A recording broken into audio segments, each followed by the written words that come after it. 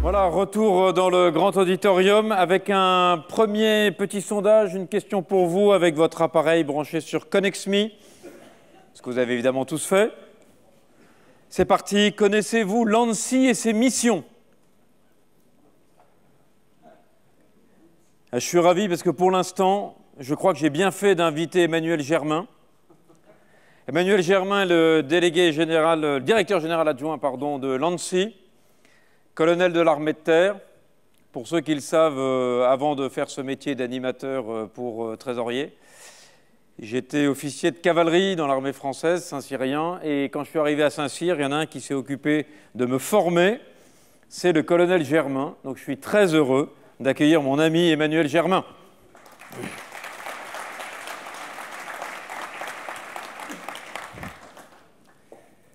Bien, bonjour à tous. C'est impossible de former Hervé, donc j'ai jamais réussi en fait.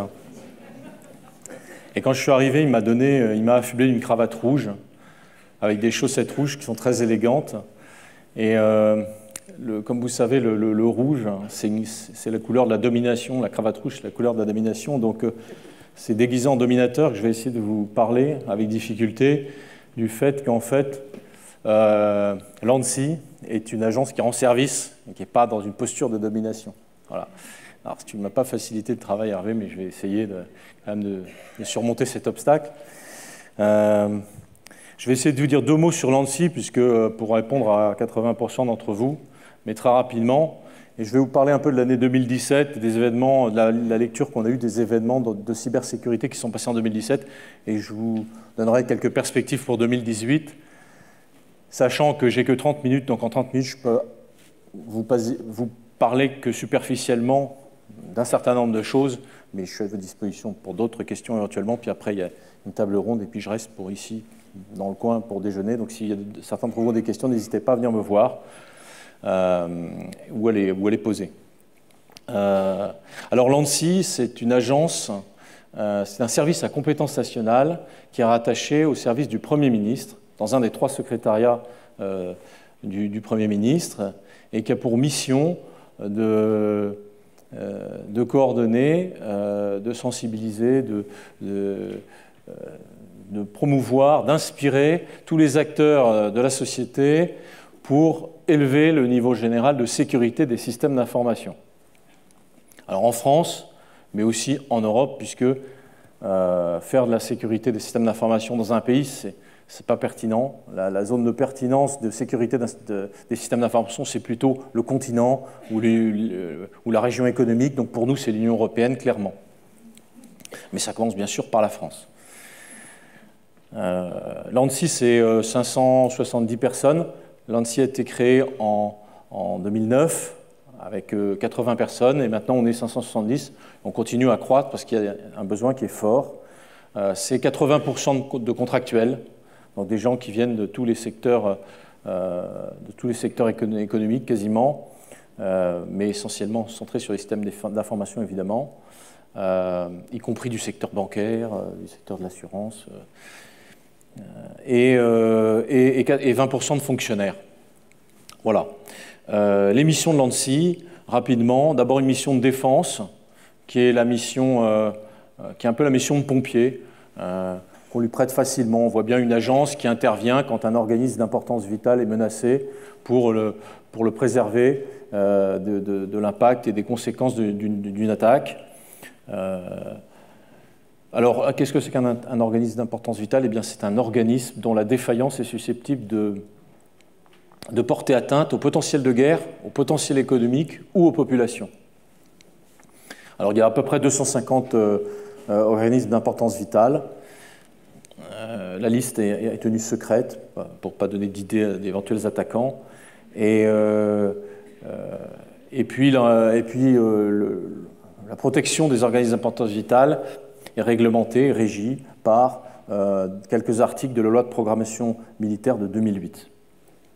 Voilà, quand on est un organisme d'importance vitale, on a des obligations de protection avec des sondes, des obligations de compte-rendu quand il y a un incident de sécurité, et on est en liaison permanente avec l'ANSSI. Avec cette partie défense, on a un centre opérationnel Voilà, donc ça c'est la mission de défense qu'on connaît, vous imaginez. Il y a une mission de prévention qui est moins connue et qui nous amène à faire de la certification de produits de sécurité de haut niveau pour satisfaire à une demande du marché, en particulier des opérateurs d'importance vitale, mais d'autres aussi, d'avoir des produits informatiques, des logiciels, des chiffreurs, des routeurs, qui soient des produits qui soient pas percés de partout et qui ne soient pas faciles à attaquer et à pirater, à détourner.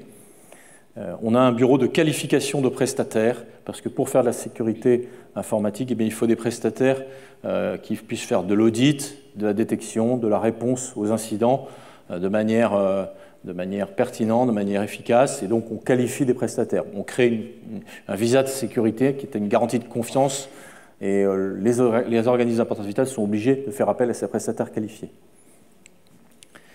Et puis pour ce qui est toujours de la prévention, on fait de la régulation, on a un pouvoir de signer des décrets, des arrêtés qui nous est délégué du Premier ministre, et donc finalement on fait un peu le marché de la sécurité pour les organismes d'importance vitale. On a une influence en tout cas sur ce marché. Et puis par déclinaison, ça se décline aussi dans toute l'économie française à des degrés divers, bien sûr, parce qu'on n'est pas présent en termes de régulation sur ce qui se passe dans les PME, même si on essaye d'aider aussi les particuliers, les PME.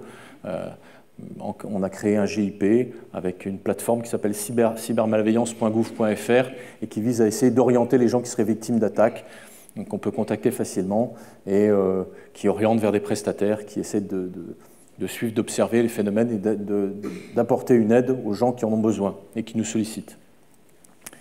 Dans cette mission de prévention, il y a aussi une intervention auprès des écoles, des universités, par un certain nombre de partenariats pour promouvoir l'enseignement de la cybersécurité dans les écoles d'ingénieurs, dans les écoles scientifiques, mais aussi dans les écoles non scientifiques, à travers des initiatives, des partenariats, des associations. Je passe le détail, mais il y a tout un effort qui est fait dans ce domaine-là.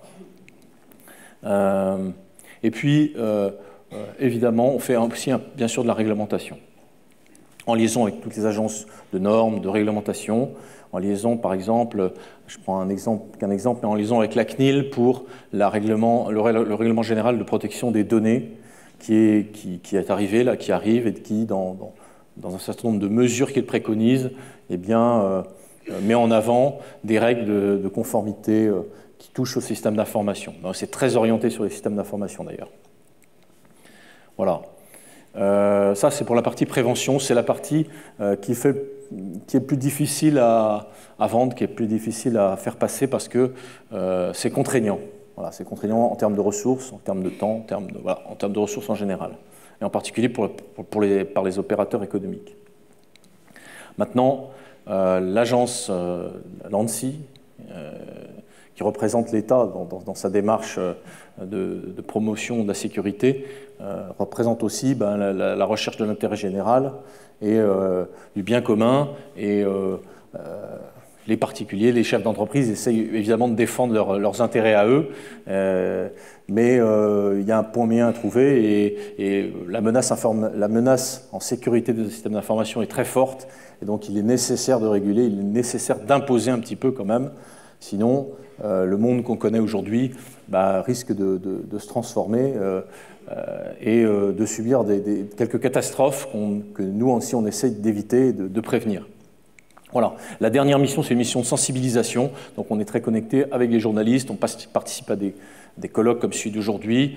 Voilà, on intervient dans les médias, on a des publications. On a un site internet qui est très bien fait, que je vous invite à aller voir, dans lequel vous trouverez des tas de recommandations, des guides, et un MOOC aussi, voilà, qui mérite d'être fait, qui est très intéressant. Voilà pour ce que c'est que l'ANSSI globalement. Alors 2017... Je voulais vous parler un peu de 2017 parce que c'est un peu une année intéressante pour nous, parce que 2017, Jérôme Milou en a parlé juste avant, c'est une année où on a vu une attaque de grande ampleur qu'on a appelée WannaCry, qui était portée par un logiciel malveillant qui s'appelait WannaCry, qui a émergé dans les services de santé anglais, qui s'est répandu très vite en Espagne puis en France. Et puis finalement, il y a un chercheur anglais qui a trouvé une parade, qui a permis de désamorcer la propagation de ce logiciel malveillant. Mais sa caractéristique, c'était un logiciel de rançon, mais sa caractéristique, c'est qu'il était extrêmement propagatif. Ça, c'est nouveau. En tout cas, c'est nouveau à cette ampleur publiquement. Le deuxième événement, c'était l'attaque d'un des candidats à nos élections présidentielles, qui n'a pas eu d'impact sur les élections.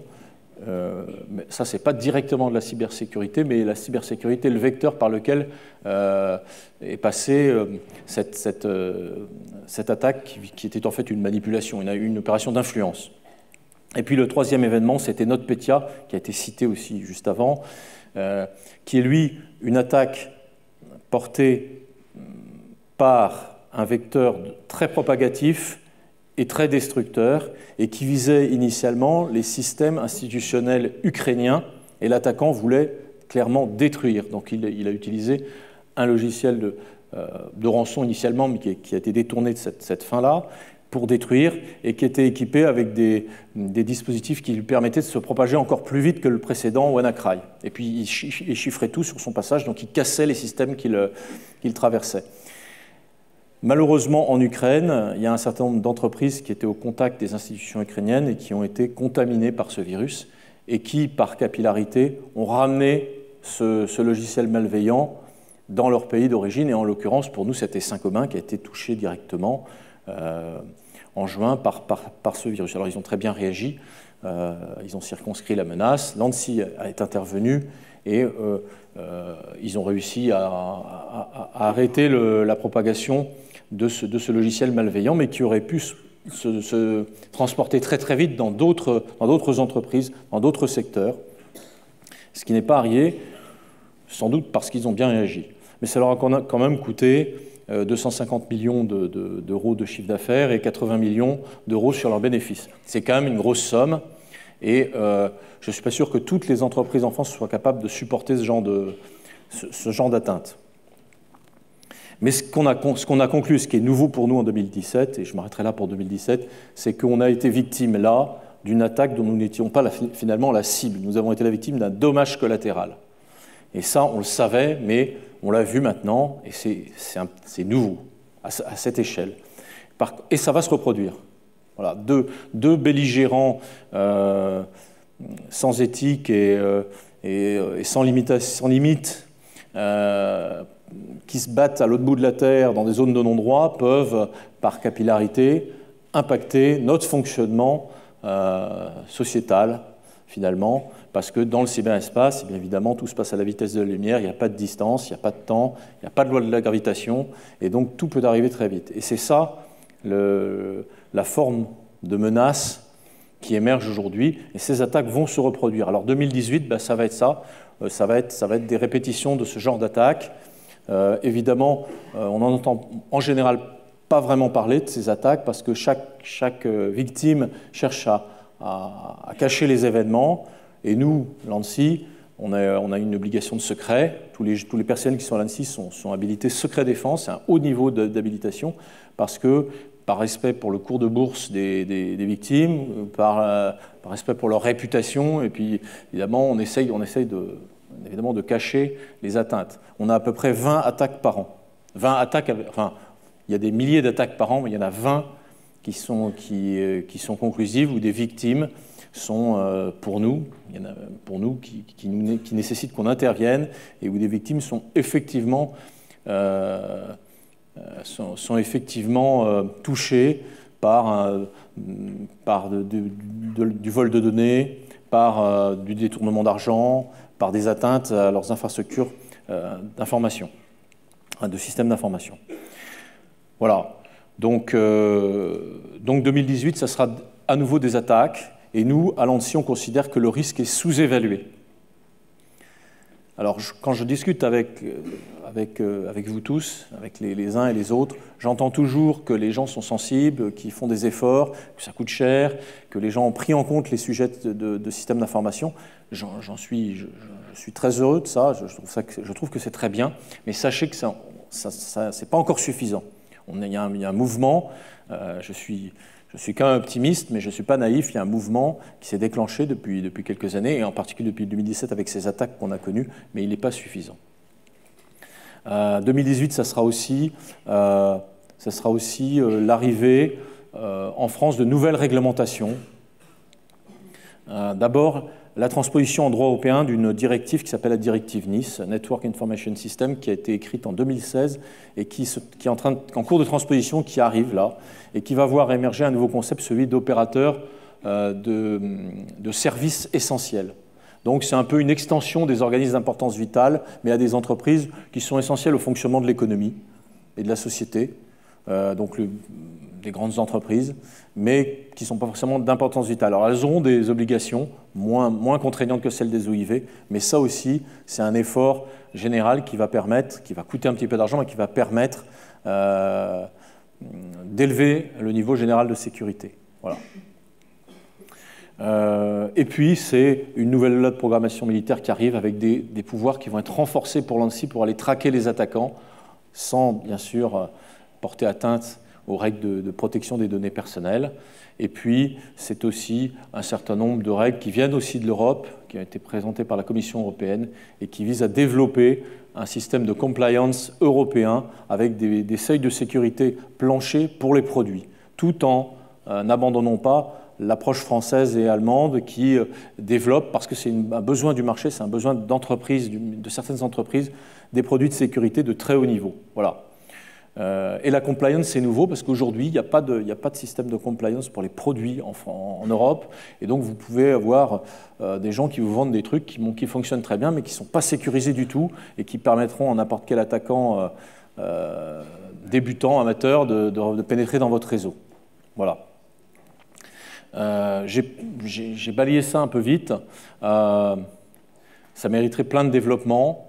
Retenez que la menace est sous-évaluée. Retenez que je ne l'ai pas dit, mais je vous le dis, on considère que le budget dans une entreprise destinée à la cybersécurité, donc à la sécurité des systèmes d'information, doit être raisonnablement entre 5 et 10% du budget total de la DSI, donc consacré à l'informatique. Aujourd'hui, on est à peu près entre 1 et 3% en général. Alors, on a rencontré une entreprise qui dépensait 23% de son budget informatique pour la cybersécurité. Donc, on leur a plutôt dit d'essayer de revoir le contrat. Je pense qu'ils sont mal débrouillés.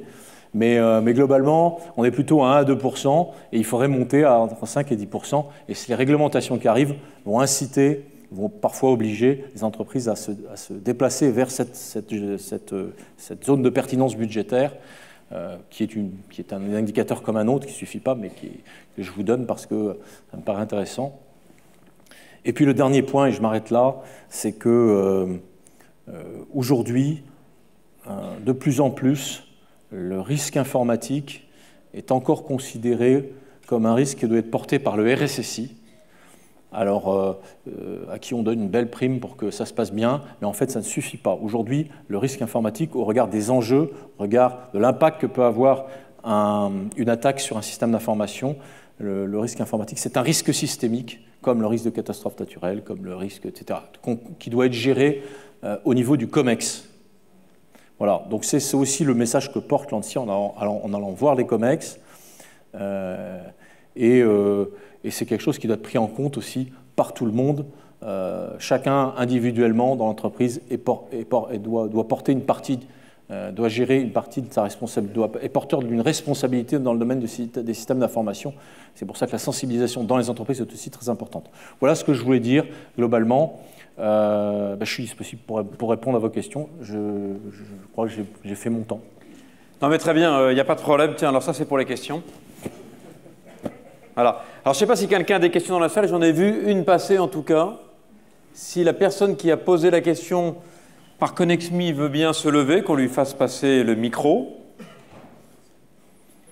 N'ayez pas peur, hein, le micro ne vous mangera pas. J'ai vu passer une question. Brice, tu peux dénoncer? Christophe. Merci. Christophe. Où est-il? Oui, alors là-bas? Je peux déjà répondre. Oh là, t'es loin, oui. Elle est écrite, donc voilà. Donc c'est une très bonne question. vous êtes imaginez que vous êtes une entreprise qui a quelques millions de chiffres d'affaires, ou un peu plus, et que vous subissez une attaque informatique, la première chose que vous allez faire, c'est d'essayer de taire cette attaque, parce que sinon vous allez perdre la confiance de vos clients, votre réputation va être atteinte.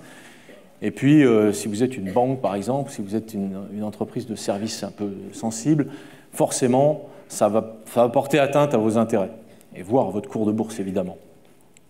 Et donc, en revanche, vous allez faire appel à l'ANSSI, parce que l'ANSSI, je ne l'ai pas dit tout à l'heure, mais dans l'ANSSI, il y a aussi des laboratoires de recherche qui se veulent des laboratoires de référence dans le domaine de la sécurité informatique en France, et parfois en Europe, voire plus loin. Donc, il y a quand même des compétences fortes, et donc, même quand on n'est pas un organisme d'importance vitale, on peut se tourner vers l'ANSSI, et l'ANSSI, en général, prodigue des conseils, fait quelque chose, ne peut pas forcément intervenir, parce qu'on ne peut pas se mettre en situation de concurrence déloyale, mais va intervenir, et la première chose que si vous êtes une victime, vous allez demander, c'est le secret. Et donc, on a des accords de secret qui ne permettent pas de dévoiler la moindre parcelle d'informations concernant une attaque. Parce que si vous en délivrez un petit peu, vous créez des signaux faibles et vous pouvez amener, in fine, vos clients ou vos correspondants, vos partenaires à savoir que vous avez été attaqué. Donc l'enjeu est tel qu'on ne peut pas se permettre de publier des statistiques, de publier des informations. Mais vous l'avez dit, c'est effectivement un problème. Il y a un sujet qui est le sujet des assureurs aussi. Il n'y a pas de statistiques qui permettent, par exemple, aux assureurs de créer des modèles. T'inquiète pas. Et voilà. Voilà ce que je voulais dire. Donc, on ne peut pas déroger à cette règle. Voilà, je peux vous dire ce qui se passe en Angleterre. Il y a 50% des banques qui ont été attaquées en Angleterre en 2017 et qui ont perdu de l'argent, des millions, détourné de l'argent. Voilà. Alors pourquoi c'est public chez les Anglais et que ça n'est pas public chez les Français? Je ne crois pas que ce soit public chez les Anglais, mais moi je le sais. Alors est-ce que le bureau des légendes est au courant de ce qui se passe? Mais je crois que tout le monde a plus ou moins été attaqué. Vous, personnellement, vous avez tous peut-être eu votre carte bancaire a été détournée, vous avez perdu un peu d'argent, votre banque vous a remboursé. Bon, tout le monde est attaqué en permanence. Et puis après, il y a des grosses attaques et des moins grosses attaques.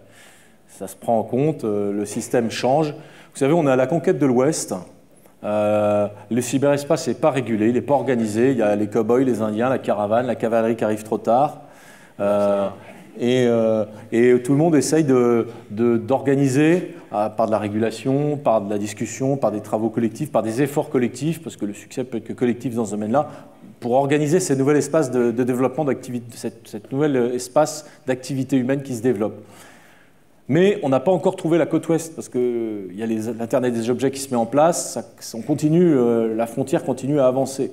Donc on est un peu en déséquilibre avant, et on doit essayer de trouver une juste voie pour sécuriser notre cyberespace. Ça va prendre des années, peut-être ça va prendre 10, 20 ans, mais on va y arriver et ça va changer nos cultures, nos manières de travailler, et ça va avoir un coût. Voilà vers quoi on va. Et c'est dans cette espèce de mouvement général que s'inscrit l'action de l'ANSSI.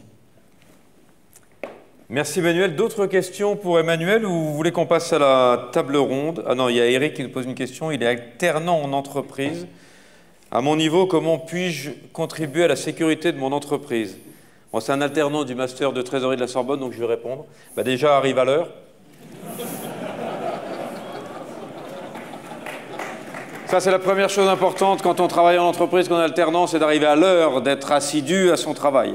Et après, évite de regarder Facebook pendant que tu es au bureau. Voilà, mélange pas le travail et le boulot.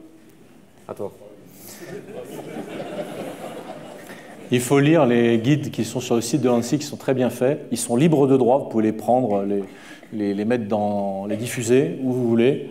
Et il y a un guide de bonne conduite informatique, il y a un guide d'hygiène, il y a un guide pour les développeurs, il y a un guide pour les dirigeants, il y a des tas de trucs comme ça. Et moi, je vous invite à les regarder, trouver des choses. Il y a encore trop de gens qui ne se considèrent pas comme responsables de la sécurité de leur petit périmètre, de leur petite partie de territoire sur le cyberespace de l'entreprise, sur les réseaux de l'entreprise. Tout le monde doit être responsable de son comportement. je pense que d'ici quelques années, ça sera vraiment réglementé tout ça, mais aujourd'hui, tout le monde doit être responsable. Voilà, c'est la première chose à faire. Comment évaluer la faiblesse d'un système avant de l'utiliser? Avant que vous mettiez un tampon dessus pour dire que le système est bien, dans la période de non-régulation dans laquelle nous sommes. Comme je vous ai dit, à l'ANSSI, on considère que la menace est sous-évaluée, et donc tous les systèmes sont faibles, en fait. Aujourd'hui, on est en situation de grande vulnérabilité. Aujourd'hui, vous avez 2 étudiants avec 300 $ qui peuvent s'acheter 2-3 logiciels qui leur permettent d'attaquer le site de leur lycée ou le site de leur mairie parce qu'ils n'aiment pas le proviseur et qu'ils veulent défacer le site, qu'ils veulent défigurer le site. Donc, finalement, la menace est grande parce qu'elle est très démocratisée. Peut-être que ça va diminuer, ça, si des produits sécurisés se développent, si les gens se protègent mieux. Mais 80% aujourd'hui des attaques que nous avons constatées à l'ANSSI ont pour origine une défaillance humaine. Donc, c'est-à-dire un non-respect des règles de bonne conduite informatique, d'hygiène. Voilà, ça commence. Bon, c'est des trucs tout simples, mais bon, ça c'est évident. Si vous trouvez une clé USB par terre, vous la mettez pas sur votre ordinateur. Si vous connectez si vous êtes administrateur et que avec l'ordinateur qui administre votre réseau, vous faites une connexion pirate sur Internet parce que c'est plus pratique. Comme ça, vous pouvez gérer vos petites affaires en même temps que vous administrez votre réseau. Il y a quand même des chances qu'il y ait quelqu'un qui screene le réseau en permanence, qui s'aperçoive qu'il y a un couillon qui est administrateur et qui s'est connecté, ou il va être piraté dans l'heure, le gars, c'est sûr. Donc il y a des choses comme ça, il y a des comportements humains qui sont source ou les mots de passe partagés, voilà, ou les mots de passe faibles, voilà, le prénom, ou voilà, ce que font les attaquants, ils font toujours ils font de l'ingénierie sociale. S'ils veulent attaquer une entreprise, ils vont repérer quelqu'un, ils vont regarder sur Facebook qui il est, comment il s'appelle, qui sont ses amis. Et après, ils vont essayer des mots de passe simples pour essayer de rentrer sur son réseau. Voilà, donc il faut mettre des mots de passe compliqués, il faut mettre des trucs. Voilà, ça, c'est des trucs élémentaires. Alors nous, on est peut-être un peu trop vieux encore. Enfin, je parle pour moi, on est un peu trop vieux pour comprendre tout ça. C'est pas encore naturel, c'est pas encore. Mais nos enfants ou les plus jeunes d'entre vous, bah vous êtes nés là-dedans, vous grandissez les générations Z, ils sont nés là-dedans. Donc, ils ont une conscience, ils ont une facilité avec ces sujets-là. En revanche, ils ne sont pas forcément très conscients, ils font des erreurs, ils sont peut-être trop confiants. Mais ils sont beaucoup plus à l'aise qu'on peut l'être nous, donc je pense que ça va changer, mais c'est ça qu'il faut faire. Allez voir sur le site de l'ANSSI. Merci Emmanuel.